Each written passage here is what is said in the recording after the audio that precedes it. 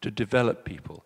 They are absolutely at the heart of a society's health.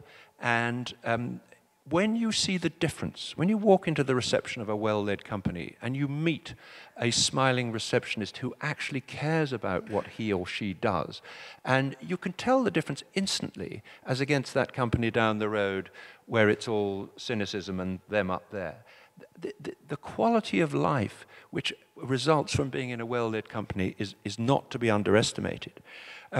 And of course, you will have heard all the statistics about 250 million people taken out of poverty in a 10-year period as a result of the kind of initiatives of people like Unilever, who determined that they were going to match their growth with also enabling people to have access to water, enabling people to have access to education, which would teach them about some of the basic health benefits associated with the soap they were selling them, and so on. So that's just a little snippet about the capacity of companies to be a force for good. But all of that, of course, is, I come to the fifth of the five cornerstones. All of that is dependent upon what the owners are doing. And we in Tomorrow's Company believe that one of the huge agenda items now for the next 10 or 20 years is the stewardship responsibilities of investors. Investment institutions, such as we see all around us here in the city, should represent us all, because on the whole they're deploying our savings.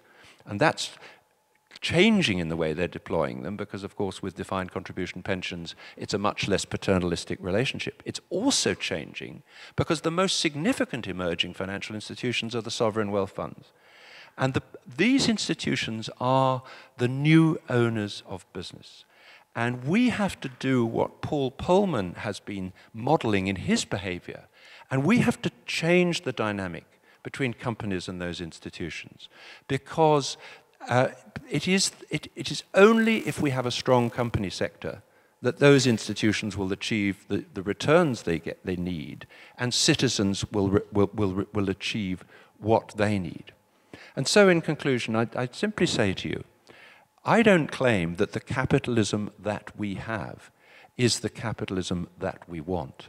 What I do claim is that capitalism is ultimately an institution which is capable of being changed for the better by a combination of well-led companies, intelligent government legislation which focuses on transparency, improved company law which emphasizes social responsibilities and the long term, and which focuses on the responsibilities of the investment community. And the gleam in my eye is that in 20 years' time, just as you can walk down the supermarket and you can pick your fair trade coffee, you'll be able to walk down the financial services supermarket alley and you can say, this is the product I want, because by buying this pension or this life insurance policy, I can identify with certain principles of stewardship in promoting and creating the kind of company that I would like to have my money invested in. That's my vision of the kind of capitalism that's part of the answer. Thank you very much. Thank you, Mark.